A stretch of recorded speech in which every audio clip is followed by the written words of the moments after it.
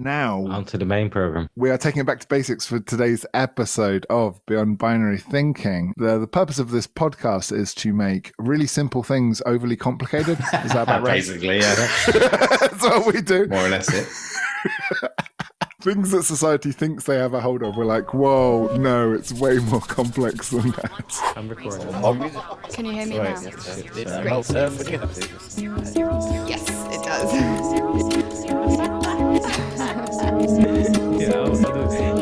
Excuse me, my crayon is a monkey. I find the conversation Taking some interest in learning a bit more about technology, philosophy, and I like to... I'm an educator. Absolutely. We're going to stay anonymous. That's a cop-out. The binary's gone. I thought jingle was like Dutch for cheers. Do that as the intro. All right, guys, so I've been inviting celebrities to do my charity Dungeons and Dragons game. I know that's a nerdy sentence all wrapped in one. Using the joy of Cameo, I've been getting them on it. One celebrity instantly said yes. He was like, yeah, let's do it.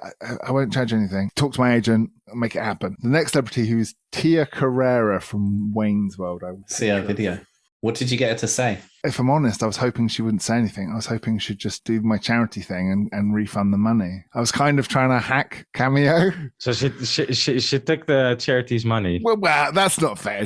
I'm the one dicking around with her time. She took my money. Let's not.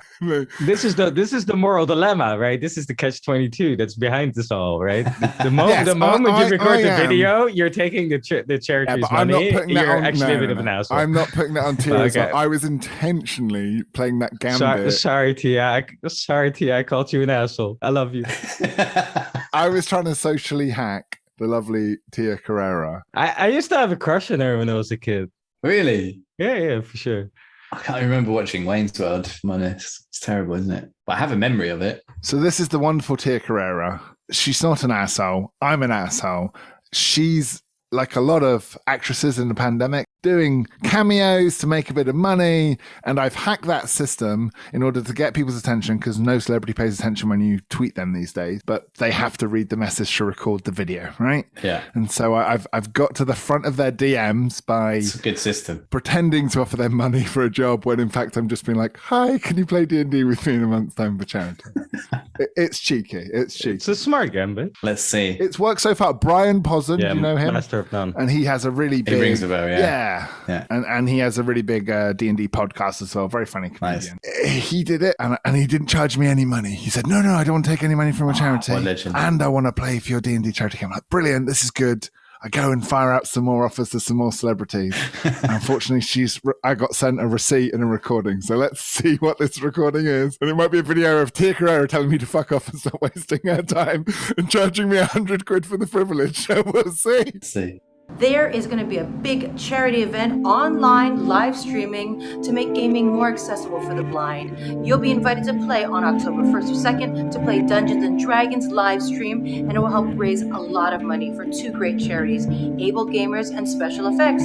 So, watch this space October 1st or 2nd, Dungeons and Dragons for Able Gamers and Special Effects. Party on, guys. Thank you, Tia. Wonderful. That's smart. Party on! That's cool. That's smart. We'll call that a win. Yeah. I'm happy. Nice. So what about the event then? Tell us a bit about the event. Yeah, so I've been playing Dungeons and Dragons with a blind fella, and it's just been obvious to Blind me. Brav, no? Yeah, exactly.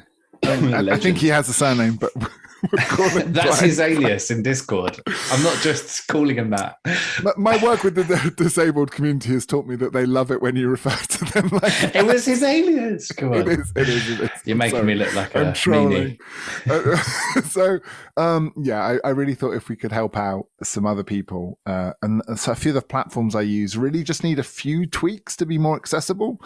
So I started talking to a few blind activists in the space, and they're all clear on quick wins, which companies are dragging their feet, which companies have done massive work. Before I knew it, there was like 12 of us on a call, and I said, well, this is all the team we need to have a big event and try and raise some money for charity and then applaud some businesses that have made the effort to make things more accessible. Because especially in the last year, the ability to be able to do things on your computer has made the social life for disabled people a lot better than it was before, to be honest. That sounds good. And so can anyone play in that event? That's the point. I want it to be everyone game. And I know like the words charity and disabled aren't the best marketing things to promote an event, but really we're just trying to have a good time and have fun and show that it is really easy to accommodate people with different abilities and disabilities. So it's going to be a fun Dungeons and Dragons game. We're going to have some celebrities involved, and we're also going to be playing, I think, Mortal Kombat, because the current world champion is a blind player, which is awesome. Whoa.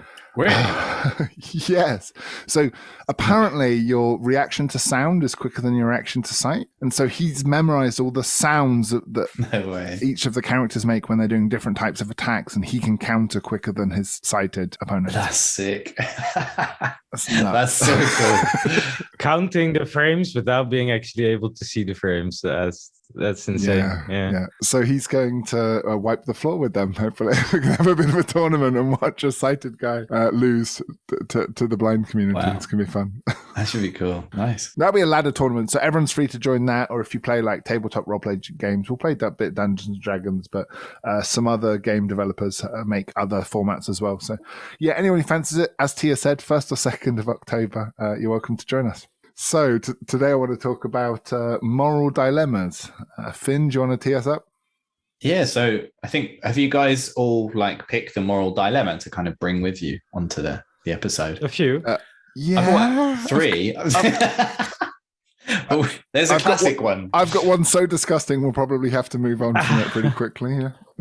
Nice. That sounds good. I'm intrigued. I love moral dilemmas, because it's one of these things, isn't it, where it sort of seems to have an obvious answer, like you mentioned, Chris. Everyone kind of has an instinctive answer, but when you break it down, maybe it's not so clear cut as you initially thought it was. Yeah, a great example of that is the trolley problem, right? Which maybe we can start by talking about that one. So if you're watching the episode, you can see in Chris's background there's like loads of tracks and trains and levers and people tied to tracks. So this was basically a moral dilemma invented by Philippa Foot, I think in I can't remember when, but maybe it was 60s or 70s. And she basically posited that imagine there's a train running down a hill on a tracks, and there's 5 people for some reason tied up to the tracks, and you're standing next to the tracks at a fork. And if you pull the lever, it will divert the train away from the 5 people tied to the tracks to an adjacent track that only has one person tied down. So the idea is, what do? Do you pull the lever or not? So what would you guys do in the classic trolley problem? Moraine, what would you do? Would you pull the lever? I never liked the idea of this trolley problem. So maybe I should go last, and I'll bring the. Moraine would diver and be uncertain and You've dilly-dallied and the train has killed 5 people. So no, it's all right. There are some problems with it. So you only have like a split second. Typically, yeah. You just you've got to choose. This is interesting though, because the experiment gets run, loads of different variations on the question. Yeah, exactly. And it's quite intriguing when it changes and why, and the subtle differences that I think tell us a lot about human morality. And I'm going to come up with a theory that a lot of our morality is evolved, instinctual. Right. I'm just talking around the houses to avoid the fact that I would pull the damn lever. Yeah, you would pull the lever from the get-go, yeah. But I think most people would, right? Yeah. I've seen videos where people put their hand up. Apparently, statistically, the majority would. Yeah. Or they say they would. Yeah. Now, that's a different thing, as I know from study of psychology. It's not the same as... Saying you will in a questionnaire, it's not the same as pulling that damn lever. And there's plenty of time, there's plenty of opportunities people have to do the hard but morally better choice, and they don't. That's true. So the majority of people generally would tend to go, well, yeah, I'd probably, save the 5. And poor guy, they're all poor people for being tied down to the tracks, right? And then there's a second variation, right? So instead of the lever now, we've got a bridge over the tracks. Still, the train is going to hit the 5, and there's a bridge, and then there's a fat man at the top. And you can save, he's just fat enough to stop the trolley. So you can push him over the edge. And then people go, ooh, don't know about that. Pushing someone off the edge. Yeah, a lot less people would do that, right? A lot less people put their hand up and say, yeah, I'd push him. So I find it fascinating that people not only say most of them would pull the lever and wouldn't push the fat man. But when you ask them why, although they feel very strongly about both of those cases that what their decision is the right thing to do, and then you go, cool, why? And most people not educated in this problem struggle to articulate. This is why I say, like, I think there's just a vibe of what the right thing to do is. And philosophers have gone into details about what the difference between those two scenarios are. The main one is the person on the tracks has chosen to be on the tracks, right? They are assuming that risk. Pushing someone off a bridge is a step removed, right? They were not in harm's way. Yeah, just psychologically, it seems like they're in harm's way. Yeah, I see. Even though none of them have chosen to be there, though. And there's also a removal of the lever, which is you pull a handle which touches a thing, which moves a thing into another direction, versus it definitely feels more like murder when you push the man. Yeah. But then what about the difference between pushing a man off of train tracks to kill him or pulling a trigger of a gun? I mean, that still has that same, like, it's one step removed. Or pushing the button, right? There's this famous story of this Russian guy who should have pushed the button for nuclear war and didn't. And he had all the approvals, and he still himself made the decision not to do it because he can, this is just pushing a button, but he knew what the moral consequences would be of pushing that button. Of course, he was trained for that, but in the end, it was a false positive, wasn't it? It was, and he didn't do it, and he averted a nuclear holocaust. He saved the world. But his instructions, according to all his training, said push the button. And that's quite far removed. You're not even seeing it's purely mental thing that's going on here. Right. And I think what Chris is saying is completely right. If there's two tracks with people on there, they're in danger. Both of the tracks are in danger. Whether the switch is one side or the other way, it doesn't really matter because, you have a chance to pull the switch and it decides which real way it's going to be. Of course, there's also going to be the people that's just going to freeze and then 5 people are going to be run over because they don't do anything. And there's people who are going to refuse as well, right? Right. Because many people freeze, right? If an accident happens, it's usually one person that decides to rush and then the rest of the people come once one person taking the leap. But before that, first person does that, there's a lot of people that hesitate. Actually, fascinatingly enough, so what they say actually, it's the second person that's key. In bystander incidents where you need a lot of people involved, right? Like the first, if just one person rushes, that can be just a madman. Right? It's the second person. True. Once the second person goes, you see the crowd. There's a video of the guy dancing on the hill. I've got to be unstoppable. And everyone's kind of laughing at this crazy guy. And then the second guy joins him. The second guy comes and they're like, maybe there's something to this. And then the next one. And before you know it, the whole hill of people are just going mad. And I was reminded of that. I saw a video last week of a fairground ride. And one of these dodgy traveling fairgrounds that you probably shouldn't use. The sort of thing that inspires the trolley problem because you watch 5 or 1 people die depending on how the ride goes. And it started shaking. It was one of these, it was like spinning them around and around vertically, right? And it starts shaking on the wrong axis, like front to back. Right. And the people and you imagine there's like 20 people in this ride, and then this one person just has the fucking balls to jump up on the thing and start leaning back to stop it from tipping over. With a little bit of butter weight, right? Yeah. Knowing that his weight is never going to do it, but just hoping that will be enough that other people are stupid enough to join in. And then once 20 people are on it, everyone's safe and everyone gets off the ride safely. But for that one person, that was a suicidal move. Like he trusted in humanity enough that he was like... That's crazy, isn't it? There is something to that. The people who... I mean, even jumping in a river to save someone is a moral dilemma. You are technically risking a second life, right? To save a first, but a surprisingly large number of people will do it. Your own, and usually in that equation, your own life becomes unimportant, right? Because one would hope that's what you usually see. No, well, I mean, I think if you hear these stories, people are not thinking of their own lives at all. You're completely focused on saving the other, even if could be not human, could be an animal. People sacrifice or risk their own lives to save an animal. Yeah. People jump into freezing rivers for a random dog or a deer. You see it all the time. So I've read an interesting dilemma where it was if there's 2 children in a tide in the sea, and the tide the water current is so strong you can only really save one of the children, and one of them is your niece. She's a bad swimmer, and one of them is your daughter.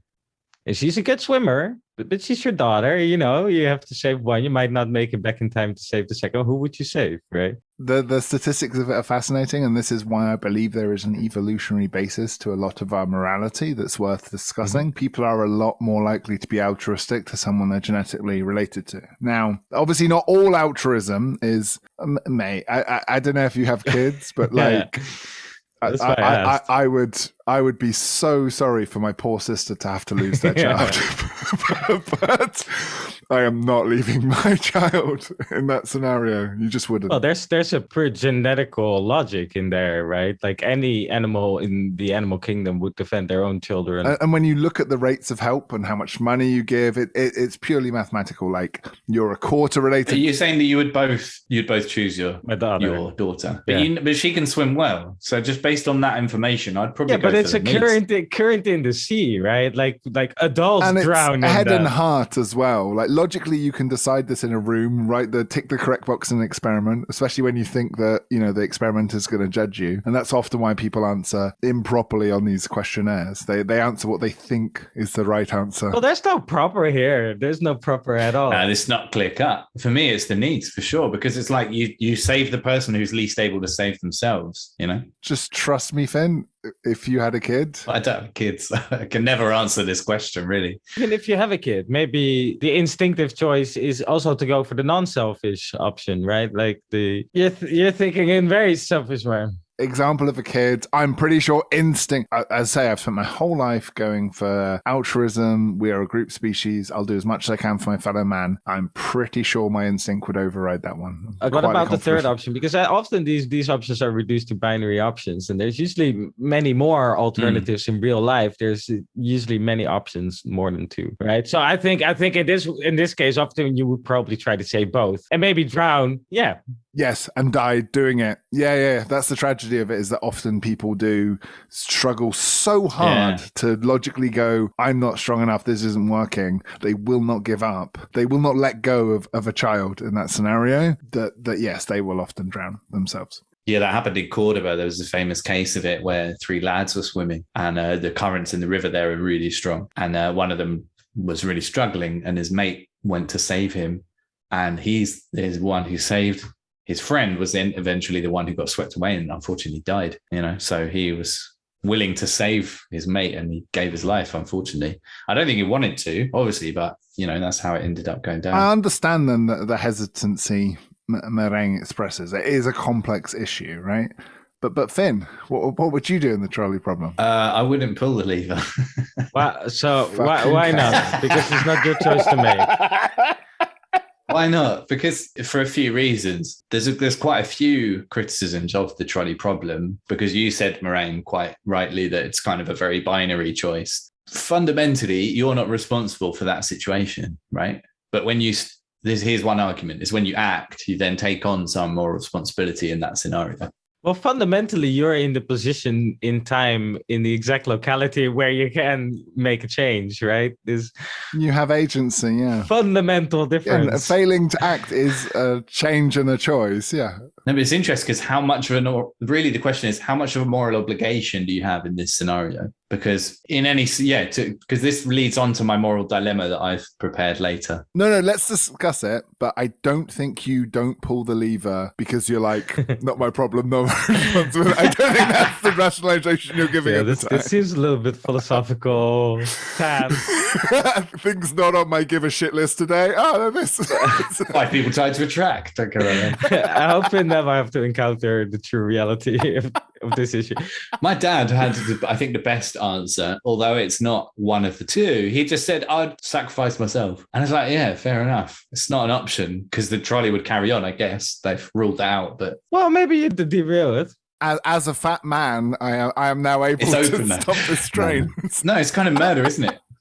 I mean... I see it as murder. But it's murder either way. No, it's not you. It's not you committing murder. And I think... Yeah, it is. You had the agency and the chance to... No, because here's the thing. I don't think you have a moral obligation to save the 5 people. No, even without the moral obligation. So here's the thing. I agree with you. There's no moral obligation anywhere, right? That I completely agree with you. I feel that in the world, you can have impact or not, and it doesn't really matter. But I think it could be a weak moral obligation. You still are in the position where you have this agency possibility. So without the moral obligation, it is still, you have the possibility to steer one track or the other, choose the outcome. Yeah. It might like in a selfish way, it might be much easier to live with the fact that only one person died rather than 5. You're going to feel responsible for the 5 people dying. As a result of your choices. I'm going to feel very responsible. Whereas if I go, well, I'm refused to engage in this immoral situation. Wash your hands of it. Yeah, because the responsibility is the person who set this bloody dilemma up. Philippa Foot, it's her responsibility.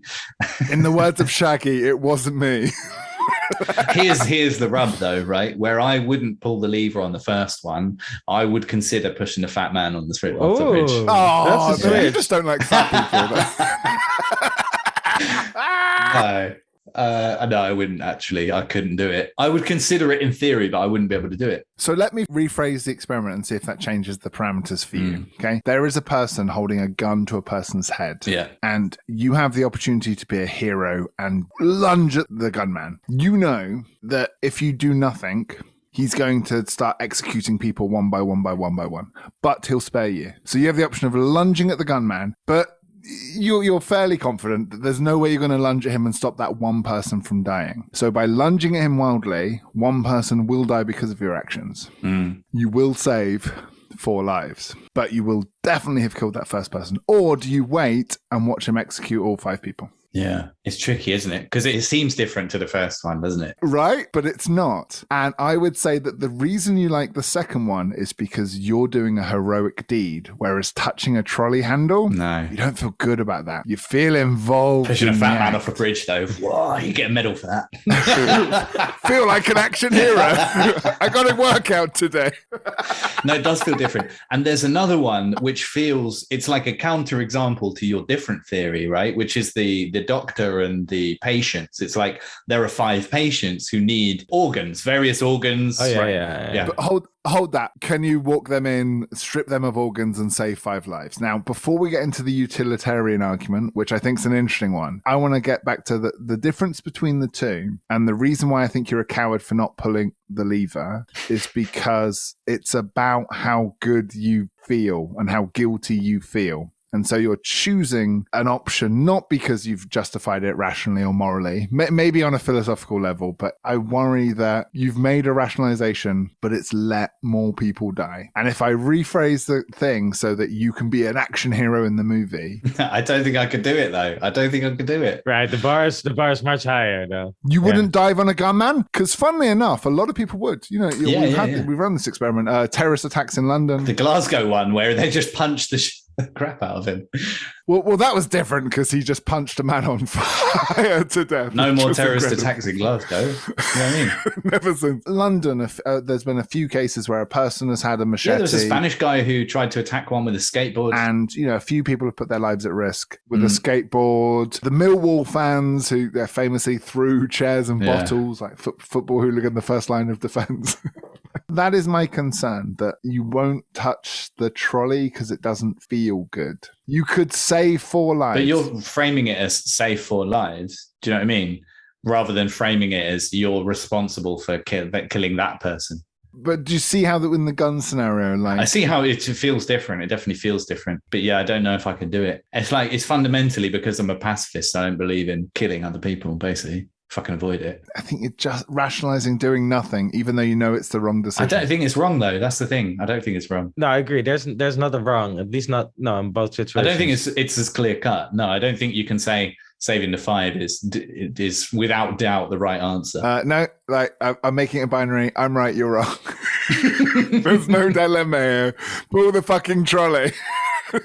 Let's go to the other extreme where there's like the counter argument to your gunman thing, which does feel different to me, right? There's another one where there's 5 patients who need organs. There's a doctor. The doctor can kill 1 patient, harvest their organs, and save 5. And in that situation, people almost unanimously would say you can't kill the patient who's healthy, right? Because that's just, you can't go around doing that. It's ridiculous. You can't just go around murdering people to save other people, which is it's the same situation, isn't it? But it feels very different. It's not, because you've used the word healthy. If you knew the patient was going to die in a year, that I don't think it does. Right? I don't think people are going to change their opinion and say, yeah, kill that person. They're basically dead anyway. That maybe more people would.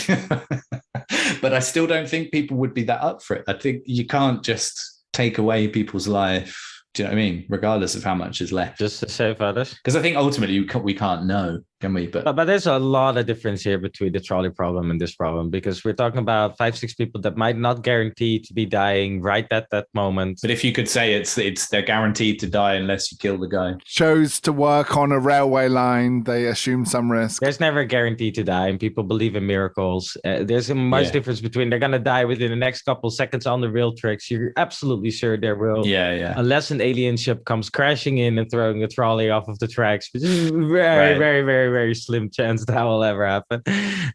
That some people's answers, they would spend the time praying to God as they watch the 5 people splatter in front of them. Well, some people might do that actually, but or some, and then wash their hands clean. I did the right thing. I prayed to God. Okay, cool. We're also maybe culturally more used to the fact people can die from accidents, and harvesting organs, like growing humans to harvest organs, is not really a thing in our society. Do it with animals, but not with humans. You know, it's a thing. It's a thing in the Matrix that we were all quite disgusted of when we saw the robots doing that to us. It's not really a thing in society. Yeah, we do it to pigs, don't we? We use pigs' hearts for transplants. Yeah, and even that was probably like morally, ethically controversial. It's controversial, isn't it? And we might clone at some point and then take organs from clones, and that might be a little bit more accessible than directly. Yeah. I was talking with Chris about this yesterday, and I was thinking we're not even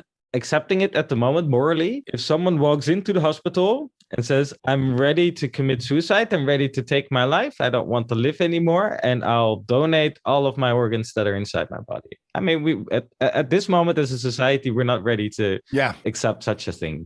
I'm totally ready for that. As long as you can prove that the person isn't temporarily,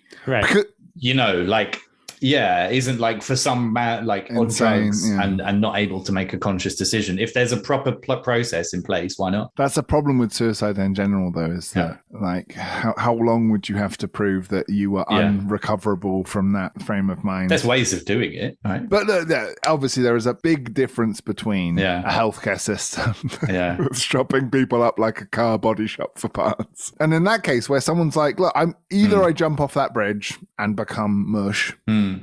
Or you make the most of my organs while they're useful to someone.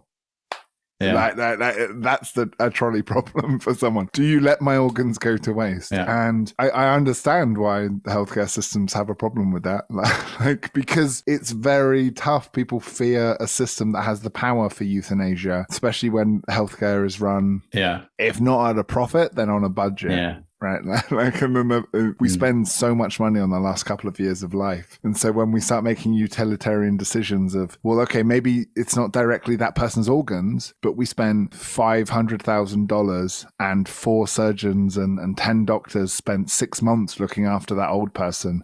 How many lives could you save if they were working on younger people? How many person years could you save? And so we're rightfully very scared of introducing utilitarian measures into healthcare systems for that reason. Yeah, but then maybe this is a bit of a tangent, about like the sanctity of life, that people don't want to die, they're not ready to let go, and but maybe that does kind of make sense to some extent, at the risk of sounding like a utilitarian. But that kind of brings me on to one of the dilemmas that I've got here. It's a nice segue, and it seems straightforward to me, but maybe it's not. So it's do you think that assisting the suicide of someone who wants to die and has requested help is morally equivalent to allowing them to die by withholding medical assistance, assuming that the level of suffering turns out to be identical in both cases? In both cases, they've asked for it as well, right? Yeah. Well, as we discussed on the death episode, I've noticed that the national healthcare system in the UK, at least, has found this loophole where if the family are super consenting and it's very clear they're not the type to sue, you can just keep upping someone's morphine until they're probably going to go slightly premature. Which probably wouldn't happen in like the United States, for example, because of the risk of them just wanting to sue to get loads of money, for example. Yeah, and still it happens in the USA, and it's a secret, of course, that doctors cannot talk about much in the USA. I think this is not even a moral dilemma anymore. I think most good doctors know that it is, they do it, especially at old age and lots of suffering. There's literally an acronym for don't limit the amount of morphine. If you're a trusted physician and you know the person you're dealing with and you know that this is the right, the only, for them, the right way to go. And I think as well, in this case, it's someone's own choice. I believe in the sanctity of your own body. I believe you can put inside of your own body what you want to put inside of your own body, and you can end your life when you want to end your life. And I think that should happen in the most humane way possible, which is with the help of your physician that can hopefully treat you, and only if really the suffering is too much, be it physically or mentally. God damn, people in palliative care are heroes. Bo Burnham's mum, actually, I saw an interview and he talked about how people are like, oh, don't you get nervous? You're such a celebrity. He's like, I don't give a shit. My mum handles people that die. And I hear all the time us Lord soldiers who see their friend die in their arms. Not saying that's not sad, not saying that's not fucking tragic, but my mum watches 14 people die a day and comes home and cooks meal and has a smile on her face and doesn't tell us about it because she doesn't want to burden us with it. There is an industry of people who deal with that for us. We've outsourced it. And although it's tragic when you watch it as your loved one, there then has to be a service industry that deals with it as a process. That is just out of curiosity, because obviously mad respect to everyone who's involved in that whole process, but how much of it do you think is like just getting used to the fact that you're dealing with that kind of gruesome I can't imagine the strain process? Because like, for example, people who become doctors in the beginning, then they might have they might faint at the sight of blood, but then they get over it and they keep doing operations and they get used to it, and eventually they're digging around in people's insides and it's no big deal to them. So part of it you adjust, and as we've said in the death episode, like we shy away from death so much that we're ill prepared to face it, but part of it, I'm sure, that these people live functioning with PTSD. Right. Yeah, for sure. I think there's only so much you can handle. And the way he described his mum, like it was like 3 weeks into the job and she started forgetting things.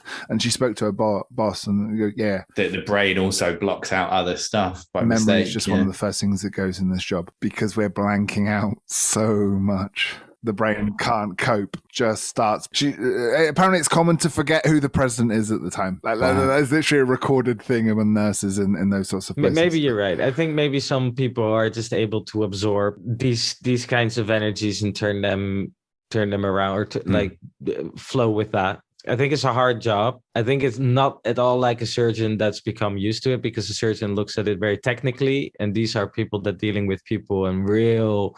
Like I'm pretty sure that for every one of them, like there's probably ones that impact less, and then there's always comes another person along that they connect with, and their death will impact this caretaker a lot. But yeah, people working in healthcare. Have resilience, probably build up, and maybe able to turn the tragedy of life into a positive thing as well. I think that's what we talked about with the death episode as well. Death is not just tragedy; it's tragedy alone.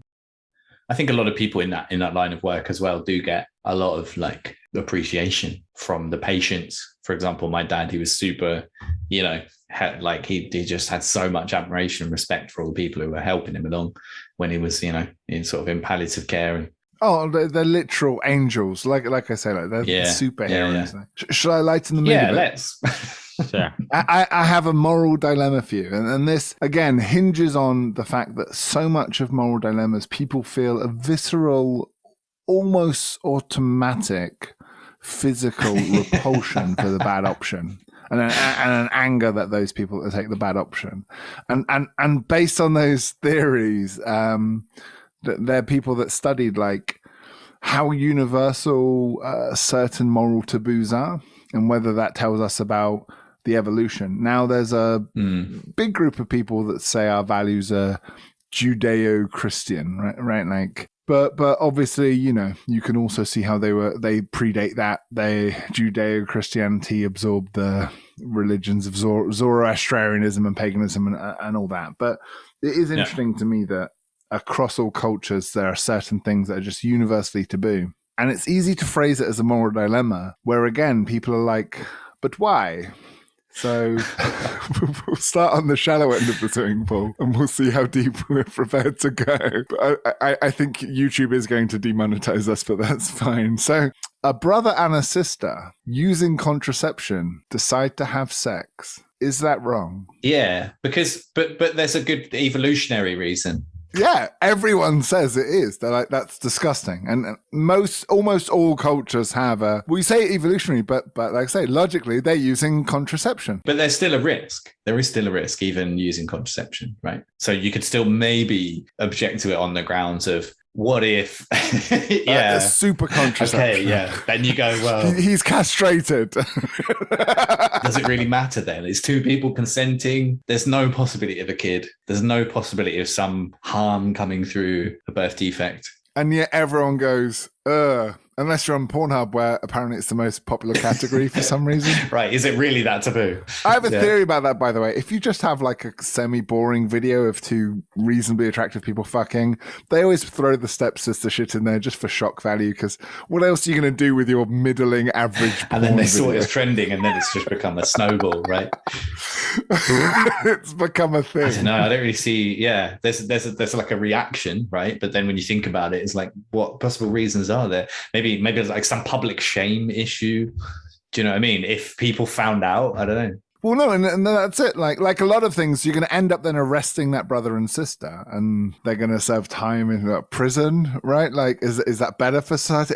Are we better as a society? And are you going to reform that? Do you know what I mean? Are they going to become reformed? Can you reform? I don't know. What do you think, Moraine? Well, anthropologically, there is a different reason than offspring why there's the incest taboo in cultures, and it is the one taboo that is shared amongst all cultures in the world. So this is why anthropologists have researched this, and theories of them have come actually more towards alliance theory, marriage alliance theory. That it is important for humans to create marriage alliances outside of their own group.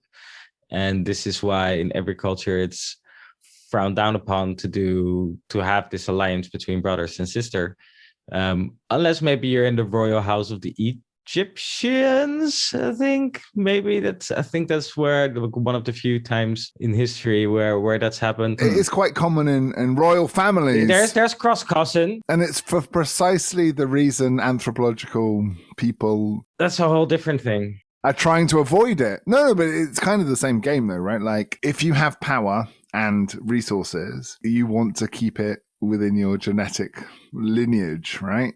Usually with cross-cousin marriages, it's within two families. So it's double marriage within a family, two families. So it's to have a family with two ties. Yeah. Even stronger allied with each other. Yeah, like diluting the strong genes less. God's genes, but yes, it makes weird horse-looking children. You can see why people are against it, because it's sharing less, like spreading less of the resource into like intergenerational wealth hoarding, right? Really bad for all of us, and thankfully also bad for genetics. Yeah, I think it just probably take a while for that taboo to like go away, and if it ever does, maybe it never will. Even if the whole human race was like sterilized or something, and the kids were all grown in labs, do you know what I mean? And also culture changed, like then maybe it wouldn't be an issue, you know what I mean? But that's probably a long way off, right? I don't want to live in that. Maybe the categorical imperative comes in here. It's just like a fancy way of saying, if you, it was Kant who came up with the theory, he said, if you take that action and you say like, what if everyone does it? It's like, do you want to live in that kind of world? Like, do you want to live in a world where everyone's committing incest? Well, that wouldn't really make much sense, would it? Right? Do you want to live in a world where everyone jumps in to try and save a drowning kid? Well, yeah, probably. Or a drowning person. Maybe you're drowning one day and you think, well, that would be good if someone saved me, you know, even if it was a risk to their own life. So I think that's quite a solid foundation. I'd be interested to discuss any examples you have where our evolved instincts are counterproductive to the good of society, where you think we have a natural revulsion. And I think that there are possible examples where this moral instinct for revulsion hurts certain groups. So you can observe it, for example, in attitudes towards homosexuality, which I would say I am not conflating it with incest, but I'm saying people do. It falls in a similar category of people deciding that it is morally repugnant, reprehensible behavior. It's disgusting that those two people love each other and want to do that thing. But not for the same reasons, right? When you analyze the reasons, people have the same visceral reaction. Yeah, like I say, I'm not conflating them, but people do. That instinct misfires, is what I'm saying. Yeah. Quite often, these are bisexually repressed men, right? Could well be, right?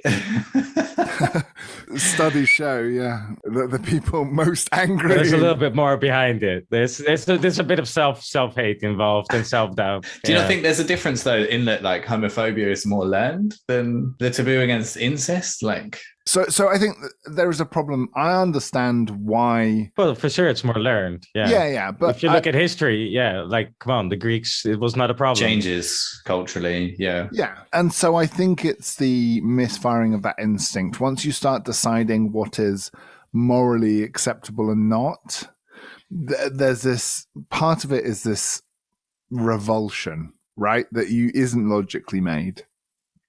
The logical rationalization comes afterwards. You feel repulsed towards certain sexual acts. It's also anthropologically fascinating why we have sex in private. We eat in public and have sex in private, and other species do it the other way around, right? Right. Yeah. And but in China they poop in public, or they poop communally, right? Open stalls. So that is different between cultures as well. And dogs just stare at you when they're taking a poop. So, But food is very special, right? Food, anthropologically, food, the people you share a meal with is what constitutes a household or community. So food is very specific social category, more so than where you sleep. It is usually food. What is the main signifier? The meal. And there are variations, right? There's polyamorous relationships. Like, not sex isn't as much of a taboo for every Sex culture. clubs. People fuck in public, You've got, some people I've been do. to one of those raves where people wear all these kinky stuff, and if you look into the side of the room, there's people sucking each other off, and Yeah. But let's be real, like, part of the excitement is that it's taboo. Louis C.K. does a great bit about how the gays, of course it's great that they've got rights and their spaces, but I bet they lost a bit of the excitement, like, when it wasn't this shameful act, like, oh, I shouldn't be doing this. It's kind of true, like, if you like, it's the same when you go to a nudist beach, right? Like, it's really exciting when you're 14 to see boobies, but past that, it quickly goes from, oh, this will be titillating, to, oh, it's really weird, I just have to act normal. And once the taboo goes, it's not exciting at all. And I think it'd be the same. That's not what the nude beach is for, really. It's not really for excitement. It's mostly just right? for people who want to feel like a little bit free without clothes and not risk someone threatening punching them. This is it's not the sex club of the beach. Yeah, a bit relaxed. And if you're there getting excited, you're the weirdo. Exactly. Well, that's what I'm saying. So so once the taboo is gone, the excitement's gone. Okay. Not a nudist, but still need to defend the nudists out there, That's the shallow end of the pool. What's in the deep end? I'm curious. Let's go a bit deeper. So, a gentleman buys a chicken, and he takes it home, and he fucks the carcass, and he ejaculates inside it, and he puts it in the oven. Should have given a trigger warning here, mate. This whole episode's going a trigger warning. We'll put a trigger warning in retrospectively, I think. So he cooks it, and then what? Just a trigger warning. If you hear the sound of Chris speaking, and then he eats it. He just enjoys his solo meal for one. And you ask most people in most cultures that question, and they feel really uncomfortable. Yeah, which really which find part that of the morally story, repugnant. Which part? The eating it, or the jizzing in it, or the eating of the jizz, or the all of the above. But let's dig into logically. Like, well, it's just straight up. It's very easy morally. It's just there's no consent from the animal, so you shouldn't be eating it to begin with. Done. Right. Once it's a carcass, it doesn't really matter, to be honest. Do what you want with it. But you shouldn't have killed the chicken to eat it or jizz in it or whatever. But you do understand the majority of people are more offended by the the jizzing. But it's because they've learned that that's not an issue. The mass murder of animals. Exactly, because we've kind of taken the agency away from animals and we don't see them as sentient beings. We see them as objects. And you can do what you want with an object. It doesn't matter, right? They've been objectified. That's basically what it comes down to. It's like if you do the same thing with a pillow, like some guy wants to jizz in a pillow and cook it and eat it, you'd be like, doesn't matter. I mean, eating his own jizz is a bit, Ralph.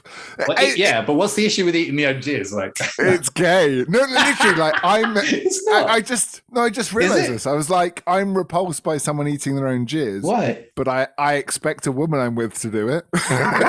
Like, have you never tasted? I find it repulsive, the idea of a person eating their own jizz. Have you never tasted your own brand, Chris? But literally, all of my partners, I've expected it from them as default. So.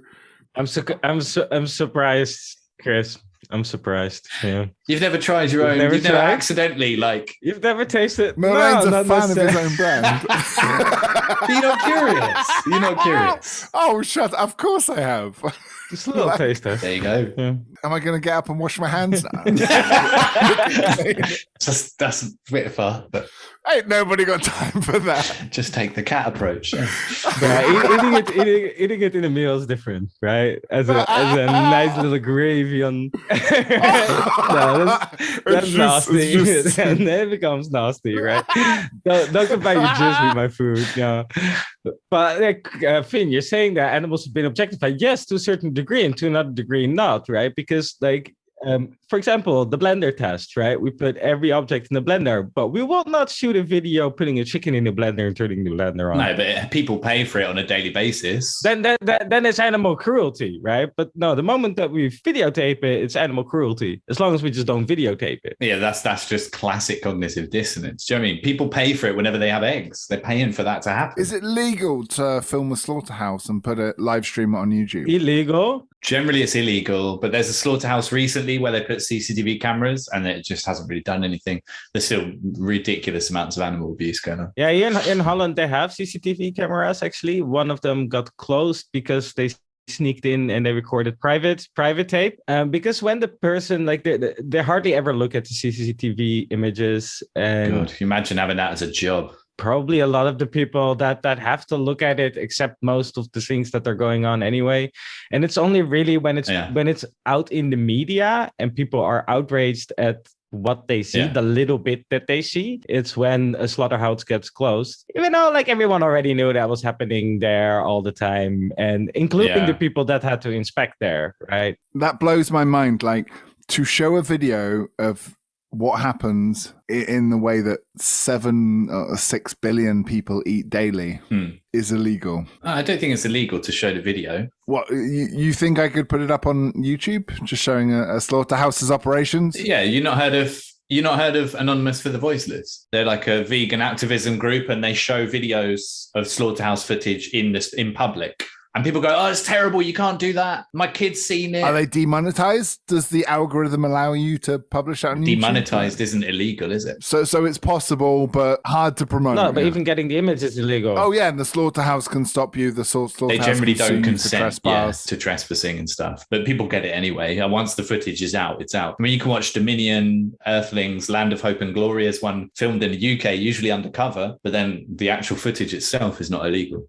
Sure, but it is illegal to do yourself what they do in a slaughterhouse and film it. If you as a private citizen, like say you have a YouTube channel and you're fucking disturbed as fuck and you want to make videos slaughtering animals, I'm pretty sure. I don't think it is illegal. It might be demonetized. It might be blocked from YouTube, but it's not illegal. Be funny enough, yeah, if you had a license as a butcher, you'd probably get away with it, right? I don't think you even need a license. I presume there's some health and safety. I don't think so. Or is that only if you sell it? If you sell it, I think you could kill animals for entertainment, because that's basically what it is. Yeah, right? hunting. That's hunting. Right? Oh, and there are hunting channels. Yeah, it's hunting channels. People shooting deer and stuff, whatever, ducks, wringing their necks. I've seen that on YouTube. But yeah, I guess we're getting a bit off topic. The point, I suppose it is on topic. It is on topic, right? It's fascinating to me, as I say, that in that example, people are upset by the fact that a man comes, which, let's face it, happens on average, like often. Statistical accuracy there. Often, right? Happens a lot. Yeah. And not by the mass industrial meat industry. Yeah. Have you got a deeper example than that of worse? I was going to ask, like, I need no encouragement. Would you like to go deeper? Yeah. Trigger warning. Oh, man. Like, if you're still around, then I guess your mouse is broken at this point. Your computer's stuck. Yeah, just remove the battery from your laptop if you're currently struggling. So Louis C.K. beautifully says, again, if we weren't so punitive of pedophiles, less children would die. Like it's a case in fact that being a pedophile has such a harsh punishment. Yeah. And again, I'm not saying that it's a wrong punishment. Yeah.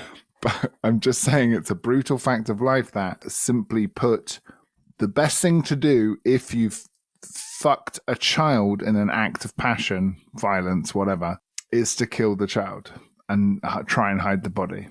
Because there's no way of being like, sorry. Like, I'm really sorry, guys. Like, whew, I don't want to kill the kid. If we can all just promise just not to mention this to the feds, I'll never bother your child again. So you're saying that makes it okay? That's where he's trying to get.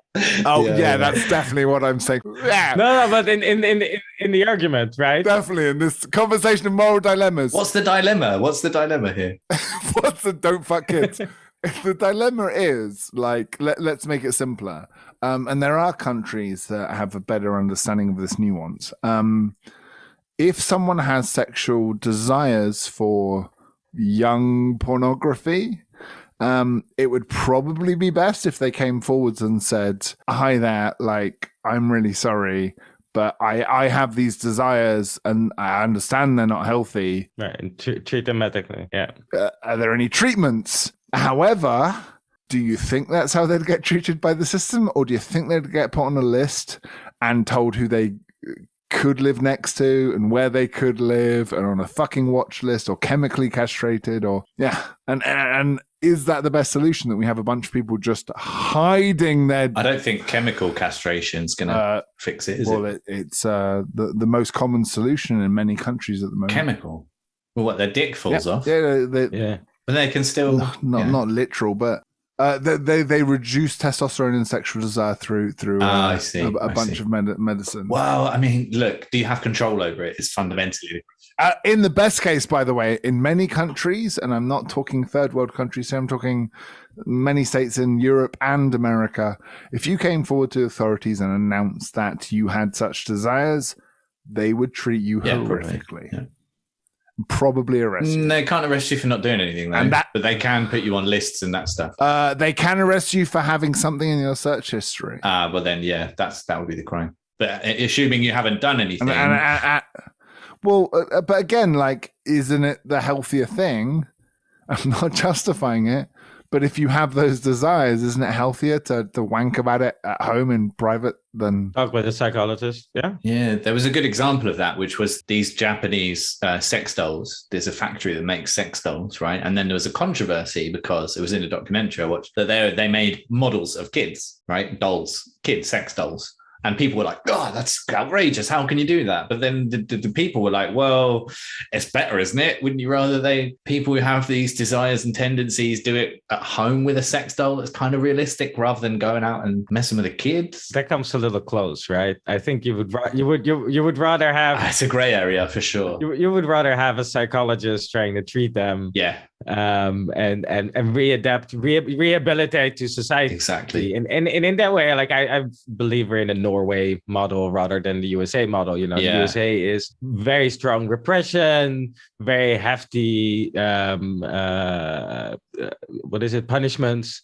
And in Norway, it's all about rehabilitation, right? Even if you're a mass murderer, but we're still gonna try to get you back to society somehow. Yeah. But can the person control their desires? I'm not convinced they can. I think they have those desires. It's a question of can they control their actions? And I think probably the majority of people who are pedophiles are not pederasts. Do you know what I mean? I don't think they act on it. I believe you can control desires, though. Like this. Yeah, of course we can. Let me be controversial here. Like, I think I don't know this. Like, I'm no expert at all, and I'm very comfortable saying that. But is this not more of a sexual fetish? To some extent, yeah. Like so when you describe controlled desires, like, so let's say for some reason that like, the incest example, or you know, if we decide it's super disgusting to use uncooked meat in your sexual fantasies, whatever we make illegal for whatever reason, like, yeah, does it not come down to fetish control rather than like a health care problem? But that is part healthcare problem. If people can't control it, it's a healthcare issue. Because societies decide that their fetish is so... But again, like, at what point do you step in? There are some fetishes that we allow as a society, and there's some fetishes that indeed we don't allow as a society, right? Because right now we've decided that Googling images of the thing, right? Like a doll that isn't... all dolls are manufactured new. So they don't have an age, right? Like, and okay, like, I understand the severe problem with the curation of child pornography. Right, it's because it implies some exploitation and abuse, right? But if it's a cartoon, right, of child pornography, who has suffered as a result of that? Yeah. Same with the sex doll thing. Like, at what point does the government step in and tell someone their fetish needs a healthcare solution? It's a psychological... In the UK, they stepped in and told people that even, what was it, like anal sex and rimming, that is already like in the sexual forbidden Perversion. Parts. Yeah. Oh, a bit of analingus, yeah. Well, why? Is that off the table? Is like, it? I don't agree with libertarians on most things, but I think here it's like, why is the government even involved in that? It's completely two consenting adults. It's fine. Just why are they even involved? Do you know what I mean? If there's no harm, yeah. Well, okay, let's get into it. Like this podcast, which will probably have to be edited down hard. Two consenting adults, the definition of what was an adult consenting in homosexuality used to differ for heterosexuals. Oh yeah, I didn't know that. Remember those times? Oh, look, it was a big campaign that the gays had to fight and still haven't won in many countries. The age of consent is different for heterosexual and homosexual like sex. 16 versus 18, for example. Yeah. Yeah, that's kind of mad. Just make everything 16, no? Yeah, I think 16. Just say you're an adult at this age and then apply that. I think 16 is fair. The French think differently about it. It's tough, right? Like for a 40-year-old with a 16-year-old. I think some countries get it right that below 18 there should be a certain age gap. It was like more than 5 years. It gets hard to police. Yeah, I guess. But it's a moral dilemma. Yeah, I mean, you think if a 40-year-old with a 16-year-old is a problem, but that's also cultural, right? Because there's many traditional cultures where 16 is fine. You're a woman. You're not a child anymore. You know, there's an age where you become from a child, you become into an adult, and then it's more about power. Who's the powerful person in the tribe who can get the young girl? And it's still about that, right? Greece and Romans. It was how you trained a young boy, right? Like. Your mentor. But there's something to be said as well for giving even children 16 to 18 a bit of protection.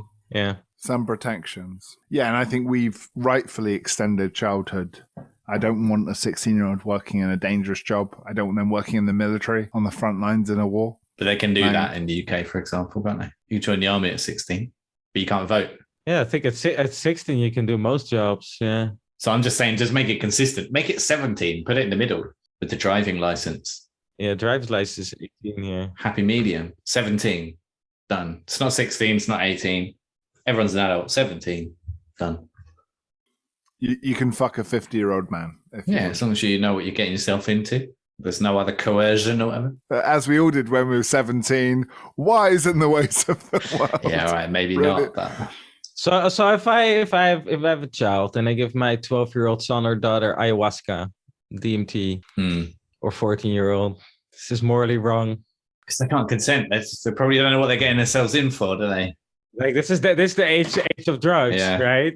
Yeah. At what age can you consent to taking drugs? Just make it 17. That's where I think the government's not bad, actually. I think, like 17's not bad. People are going to do it younger anyway, though, aren't they? That's the problem. It's like you can say whatever. You can go, great, we've got a really consistent legal system, but if people are doing it anyway, and you can reduce the harm by lowering the age. I wish the law said, you shouldn't drink 2 bottles of vodka and drive. And if someone breaks that law, that's not the fault of the law, right? No, exactly. So you just have to set like a barely tolerable guideline and hope for the best. Do you think the disgust of society is useful, or as I said in the gay example, like negative? Like, look at Black Mirror, right? Should it be decided rationally? It should. Maybe it should, but it never will be. Like if a bunch of philosophers can rationalize out, sorry you're disgusted, but the law has to be this way, even though the majority of people in democracy are disgusted. But the law isn't idea. to decide what's disgusting and what isn't. There's loads of legal stuff you can do that's disgusting, right? It's legal to eat your own shit, but you're not going to do it. So we should change the law and make it legal for incest to happen as long as strong contraception is involved. Is that your argument? I think if I can't see a victim and they're consenting adults and you can rule out a possibility of some potential harm, I can't see the problem legally. Yeah, legally I'd be okay. And I don't think anyone's going to start doing it. It wasn't before. No. And do you think there should be a team of expert philosophers who go push against the democratic will of the majority of people and say, sorry, guys, you're wrong. Like, we have to let these guys fuck. Sometimes that is what judges... Kind of what judges do, isn't it? Yeah. Do, though. They the legal system in the UK is common law, so it's ruled by precedent. So when a judge decides makes a ruling on one case, that becomes the new precedent. It's not like in Europe, where it tends to be more like civil law, which is decided by, the political process, usually in conjunction with this legislature. Yeah, I'm not really against that. Try and get a bunch of philosophers to agree, though. That's going to be the difficult thing. Yeah, I'm not for it, but I'm not against the point is, like, why is it illegal? There was a good reason why it was illegal in the past. Maybe that reason doesn't apply anymore. Or maybe we can make an exception and say, well... Contraception changes a lot of things. Yeah, it does, doesn't it? It totally does. Yeah. It's changed the whole of society. It's changed women's role in society. It's changed a lot of the rationalizations for not letting women do things have become redundant because, but they'll get pregnant and have babies. Exactly. They don't have to. That's not necessarily the case. So we've got to kind of reassess the legal system as technology evolves, basically. So this is my fear that in 20 years' time, like my kids will live in an age where they say, if we adjust for this, if we adjust for that, what's wrong with a pedophile having sex with a 14-year-old looking sex bot if he's not hurting anyone? What's wrong with a brother and sister marrying? But there's stuff now. It's the same thing as now, isn't it? Promising not to have kids, and me reacting to that and being like, but there's stuff that happens now that makes you nauseous. And then being like, you're an out of touch old person. Chris, let's think of examples of stuff that now makes you nauseous. There's completely legal. There's loads of examples. I'm not going to go into it, but there's loads of examples where you go, oh God, that's horrible. War, slave labor, the prostitution, the arms industry, for fuck's sake. Do you know what I mean? There's loads of stuff that's fucking disgusting. I mean, on the flip side, your children will have the same, right? Like, for example, maybe how could you have eaten meat and they'll be puking at the thought of us eating animal carcasses, Mm-hmm. So it goes both ways. It does. I think it's just the ever-changing nature of law, isn't it? It has to kind of evolve and update. Well, maybe it doesn't evolve necessarily, but that's the idea, I guess. Speaking of evolution, do you believe that there's some like universal morality? Do you think it's cultural, or is it beyond binary and a bit of both? I think it's a little bit of both. I think Kant's basically spot on with his categorical imperative. I do think it's sort of pseudo universalizable, but I don't think that. There's obviously somewhat cultural and relative, but I don't think you can just give in to cultural relativism and just say, well, anyone could just do what they want. There's like consent seems to be a pretty fundamental universal idea, right? That like you shouldn't fuck with people unless they want you to, or there's some agreement, right? That's reciprocity. That's fundamental. So I think there is universal ideas, and probably a system like, if everyone did it, what would happen is a good way to decide on whether it's a good idea or not. But obviously there's some relativism there. I don't know. I mean, it's something we've alluded to earlier. You said shouldn't fuck with people unless you want, and this is something I've been coming up with the arguments of anarchists, right? Like, and the idea of having communes, and what if some weird cult and all of that, weird by our definition, wants to raise its kids a certain way and tell them that God is a certain way and the president is the devil. And already Jews happens, are evil. Yes, yes. for sure. You don't need to think of some hypothetical world, like that's happening now. Yeah. And at what point is it none of my business? And at what point do we want a government to have to work out what's right and what's wrong? It's like that Australian guy, isn't it? What's his name? Anyway, he basically said like, speeding in Australia, someone sped and they crashed and they killed loads of people. And it's like, and he was drunk driving. And it's like, you fucking asshole. Now you've ruined it for everyone. So now we have to have government come in and say, you can't go above this speed limit and you can't drink. You can only have one beer. Otherwise, we're going to have dickheads like this who ruin it for everyone. And basically, that was the idea. It was like, well, we need to stop people ruining it for everyone, basically. And if people can do stuff and it doesn't affect anyone else, crack on. You know what I mean? So you're talking about Jim Jeffries. That's the guy. Where we can only move as fast as the slowest person in the group. I kind of agree with him on that, What about you guys? So it's the same with cults. We should have freedom and let people argue as much as they want until someone's weird cult fucks things up, and then we have to shift the goalposts. Cults are a tricky one. Yeah. Sort of psychological manipulation. It's not clear cut, is it? Who was Marilyn Manson's girlfriend from the Charmed series?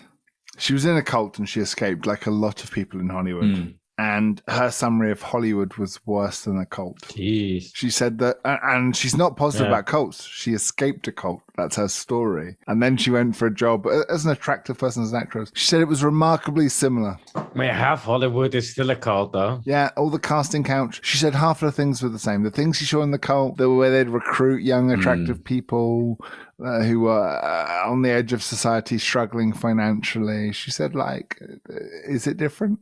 She said it was worse. She said she was sexually harassed more. Crikey. On the casting couch of LA than in her cult. And she was sexually harassed in her cult. Yeah. What about you guys? What do you think? What's your opinion on that? Is there some universalism to morality?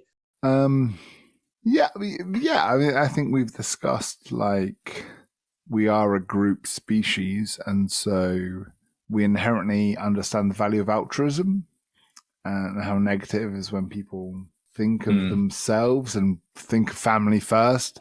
Like, we would understand if someone runs into a burning building of an orphanage and only saves the person they're most related to, logically, but they wouldn't be a hero on the front page of a newspaper. And that's the same for every single culture across the world. Like, there are certain cultural values which are universal. I find it interesting when there's differences. And there's not many, but for some reason, if you're a pedophile Hollywood director, and get applauded, you can escape to France and kind of get away with it. I think Kevin Spacey's there. Who's the movie director who famously won an Oscar, but Polanski couldn't fly to America because he would have been arrested. Notwithstanding the members of the British royal family who have yet to receive prosecution. I don't think they can escape to France, though, can they? No, they've escaped just in British high society. No. It's a question of power and money, isn't it? Fundamentally, privilege. Yeah. But yes, and that is universal. God, like, of all these rules we've said, you can be Egyptian and get away with fucking your sister if you're the pharaoh. It's actually Cleopatra's second cousin or some shit. Yeah, it's frowned upon for the rest of us. Yeah, but except for that one instance, was still pretty universal rule. I mean, I think there probably are. I think also it's much easier for us to comprehend and talk about. So there is an instinctive part indeed, behind this, right? Like we cannot even talk about how our world works in certain other ways. Most people won't understand, right? If we look at physics and mathematics, and most people won't be able to talk about that. But morality is like something everyone can talk about. So yeah, it's something as a species has an opinion on. We can get our all hands have an opinion around this pretty easily, right? And so at least in that sense, that is universal, right? Like every culture will have morality rules. There will be difference, but every culture will have rules about what is right and what is wrong. I mean, a big one in monogamous cultures is that so gossip has a place to play. And I think you can study a lot about what a culture values and how people of power are sort of critiqued and reviewed based on the gossip. And so we all have these salacious stories of Egyptian pharaohs sleeping with their cousin. Like, I think because it's on the record that happened, and someone wrote it down because it is noteworthy, right? Like, I think one of the most interesting things is how common gossip is about infidelity, and this harks back to my theory that a lot of morality, a lot of our feelings about what's right and wrong is evolutionary. A lot of people who are against gossip as a practice and a habit would very comfortably tell everyone they knew, with the precursor, don't tell anyone but. Like, so-and-so's fucking so-and-so, right? Like, okay, so yeah, I have a good dilemma for this, right? Okay, so day of the wedding. that moment when they go, he who has anything to say why this union your best friend, and you catch his wife to be with someone else that night before the wedding. You know she cheated on him. You also know that it's not an open marriage, not an okay thing in the relationship. They're not polyamorous. Will you tell your best friend that she cheated on him? Of course, and ruin the wedding. I don't see how that's a dilemma. Yeah. What's the dilemma? The concern of the cost of a wedding? Like right. Of course you do what you made. The sunk cost fallacy. Yeah.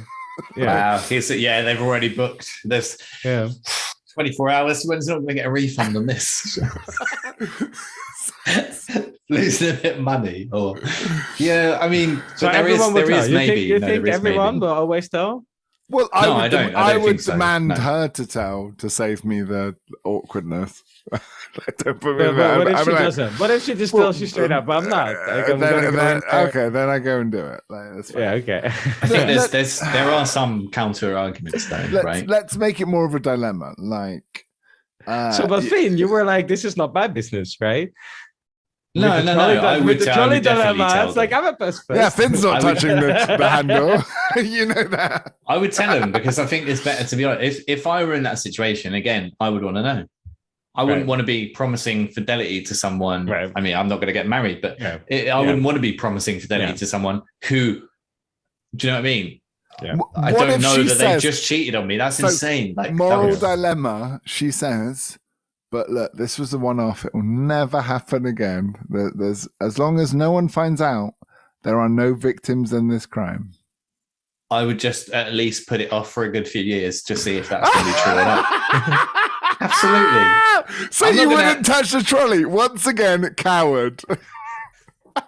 No, but I think everyone makes mistakes, though. Do you know what I mean? Everyone makes mistakes. If it's a repeated pattern, it's behavior. It's a pattern. It's like, well, then once you know again, what you're in for. You failed to pull the lever, Finn. Jesus, Finn. I'm not inviting you to my wedding. Jesus. Oh, you didn't come to my wedding just as well. I had your back, Chris. I had your back. Thanks, bro. I would have told you, though, didn't Chris. See any of that shenanigans. No, nothing suspicious. Oh, that's a relief. Okay. Good. No, I definitely would say. I definitely would say, for sure. Well, to your best mate, because your loyalty's with him, right? Yeah, but also, like, just better to say the truth, isn't it? Well, okay. So maybe not always, but when you've said that, then let's flip it. So it's your best mate. You barely know his wife. The stag do, he goes home with someone. Are you saying you would tell his wife that had happened? Interesting one. Because you've just said your justification was better to tell the truth. Yeah, I think I would. Oh, Yeah, I wouldn't. I wouldn't. Don't invite Finn case. on your stag do, gentlemen. Yeah, definitely not. So in this case, I wouldn't, because she's not my mate, right? Like, I was even thinking in the previous example, how good of a mate is this? If it's your best mate, yeah, I tell them. If it's not that great of a mate, I'm sorry. It gets awkward, I know, like, I'm a little bit on the outside of your life. Like, well, why would I tell you?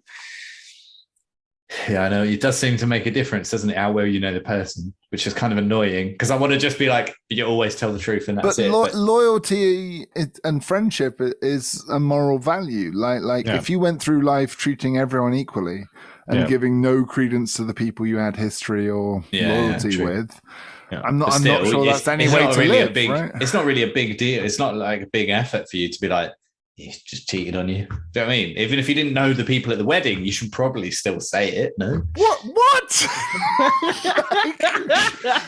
Because it's not effort. Like, dude, the lever on the trolley problem isn't effort. Send an anonymous email.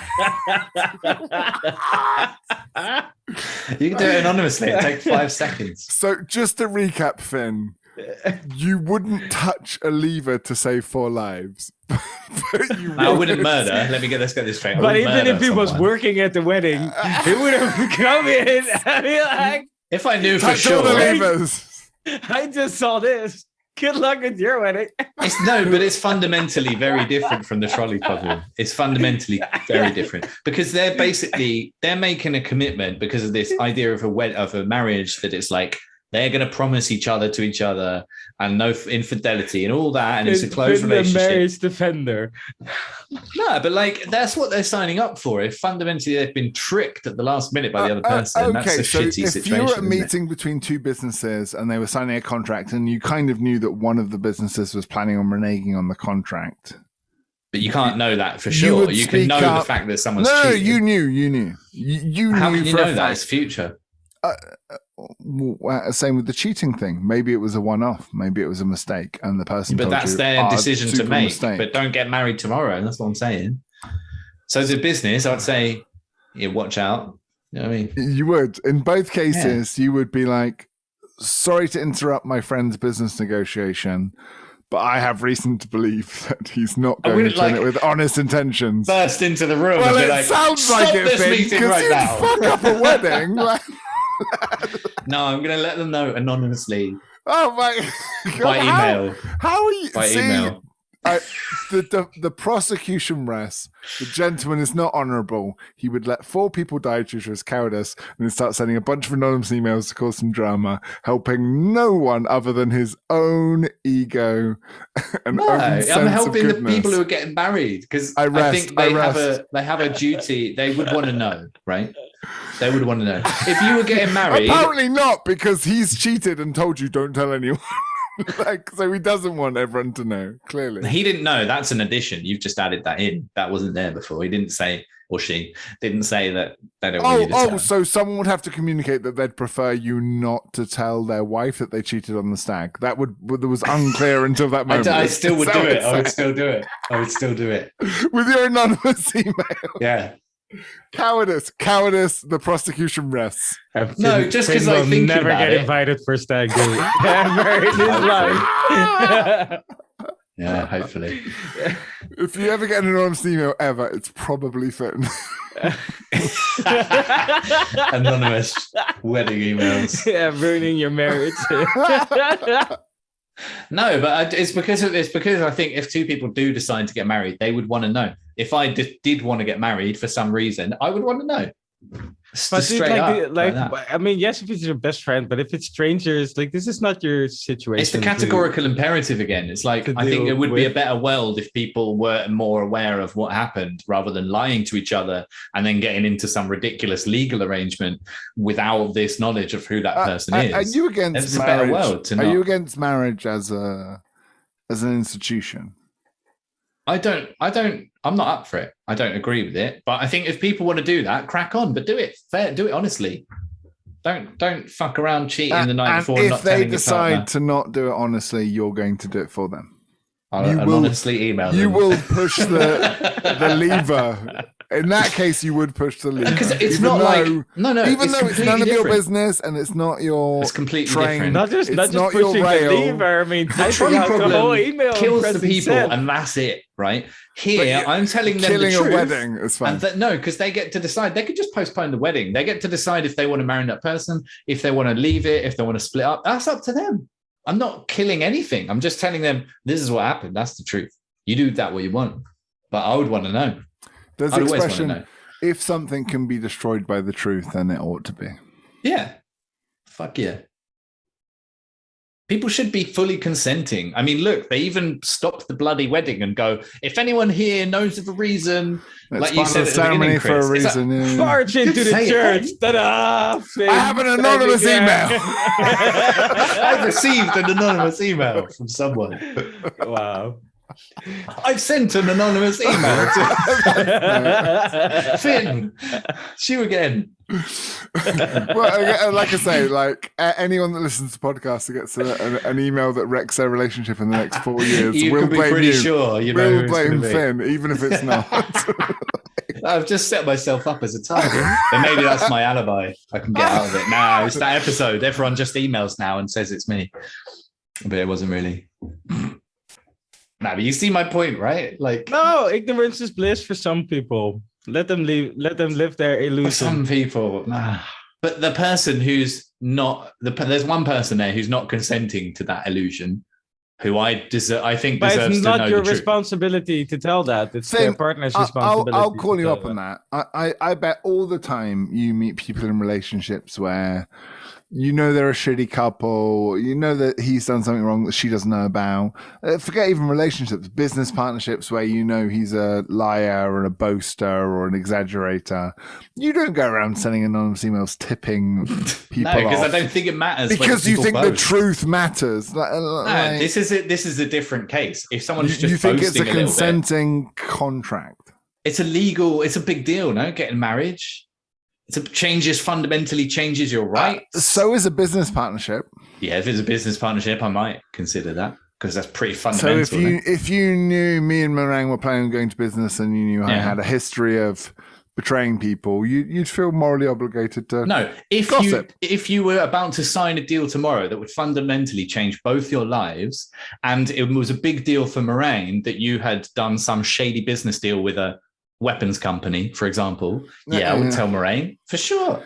Mate, you want to think about this again. I'm not telling you what to do, but he did this, and then you decide whether you want to go. So at this in on the point, deal or not. for those enjoying the podcast, I'd like to make it clear that Finn, while claiming the moral high ground, has done business with weapons companies.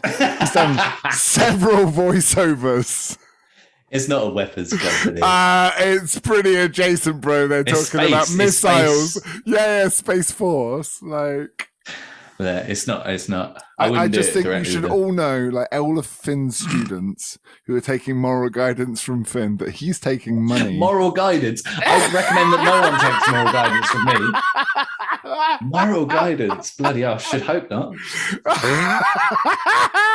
They should think for themselves. Do you know what I mean? I'm not a moral guide. Bloody hell! I don't want that kind of responsibility. Do you know what I mean? You're just too busy crashing and wrecking weddings. Too busy sending anonymous emails. Gentlemen, thank you for pulling us out of a dark, dark place. So can I ask, like, to go away from like this very to the abstract binary proposition of the trolley problem. Let's look at the corona problem. Right now, like the original goalposts a year ago was that we did not want to be our hospital care, our healthcare system to be overrun by COVID. At least in the Netherlands, that was the main reason why we shut down everything, went into lockdown. It was because our healthcare systems were not capable of handling the patients and lung machines and everything. And people would die of like all other normal stuff, right? Right. But now it seems that at least in some countries, they are moving the goalposts away from healthcare overburdening to either zero COVID, or here in Holland recently, the discussion on long COVID has started. Long COVID, right? Where you get the disease and it lasts for a long time. Well, any infectious disease will have a certain percentage of people that will have an after effect. And you can see Merling's hair has never recovered from him getting COVID. He looks like my grandma. I don't know what's going on. No, don't make me feel bad about my gray hair. I already feel bad enough. Great, man. But this happened earlier. This happened when my grandma died, actually. One night, overnight, it turned half gray. You flipped it well. I feel shitty now. But no, like, so with long COVID, the arguments here are now like, what percentage of people do you tolerate having long COVID, and what kind of measures will you put into place permanently to avoid people from either dying or having long COVID? Because you're never going to stop that with vaccination. Let's have the discussion, and the discussion becomes utilitarian. If you reduce the speed limit from 70 to 60, do you know you'd save quite a few lives? Like, we don't as a civilization. And the big thing, I think, is we're at a point now where lockdowns don't work. Like, people are ignoring them. Yeah. So in order to enforce them, you end up having like in the UK. No, but look at Australia. They're like, let's have a lockdown in 3 weeks' time. Let's end lockdown in next week, right? It's like, look at the spike. People are already ignoring it, obviously, clearly, like demonstrably. This is very much UK, because some other countries, New Zealand, Australia, are definitely going full lockdown again. Yeah, it needs to be. They'll do it for years. Australia got hardly and any, they'll do it for years. Yeah, New Zealand said, We'll ban every foreigner for entering or quarantine them for years if it needs to be. And here in Holland, we said we'll open up, and then less than a week later, they said, no, sorry, we're closing down the clubs and the festivals again. Can I suggest a third way?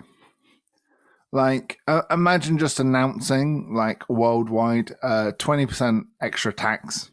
We're going to open up 20% extra tax. And that's going to go towards vaccinating the world, because it doesn't matter if New Zealand locks down or England locks down. As long as the world isn't vaccinated, this will keep being a problem. Variants will keep coming up. But it will keep being a problem, because the fact was we couldn't produce enough vaccines, even with more money. We couldn't produce and distribute enough vaccines to the entire world. So what happened is the rich countries got it, the poor countries did not. There's large, like, it sucks, but it is how the world works. You know, the current system, the hegemony of the current system. And we'll keep getting variants. It will keep sweeping. Delta variant will infect even people that are double vaccinated with Pfizer. We can't stop it. And yet some countries still think that we can. Let's get into moral dilemmas. Like, and this hinges on the thing. Is the world, like, underpopulated? Is it a massive tragedy that there's about to be slightly less people in the world? It's not overpopulated, is it? I've got quite strong views on that. You should not ask me this opinion, because a year ago I would have said call 25% of the population, even if it's me. Nah, there's no overpopulation. The problem is wealth distribution. Come on, where's Toby when you need him? 10% of the people are fucking up for everyone else. That's clear. It's so clear. We're eating too many animals. We just got to stop manufacturing, like, breeding animals, redistribute a bit of wealth, and it'll be fine. There's room for like 10 billion people easily on Earth with our food production and wealth. There's easily enough. There's not too many people. You can't have everyone driving cars, though, right? Yeah, not everyone needs to drive a car. Not even electric cars, because electric cars cost also. So bicycles, mate. Gentlemen, bicycles. I'll take it home. Done. You end up with more trains, and thus you end up with more trolley problems. Yeah, maybe one day we'll be able to put this conversation to use. Did I take it home or did I take it home? You took it home. I love you, gentlemen. Thank you so much. It was good to have an old school classic episode of the original three. Yeah, that's it. It's been too long. It's been too long. For sure. Should we say where we're from or not? I guess people know by now, don't they? I'm not going to say where I'm from. Doesn't matter at this point. Yeah, no.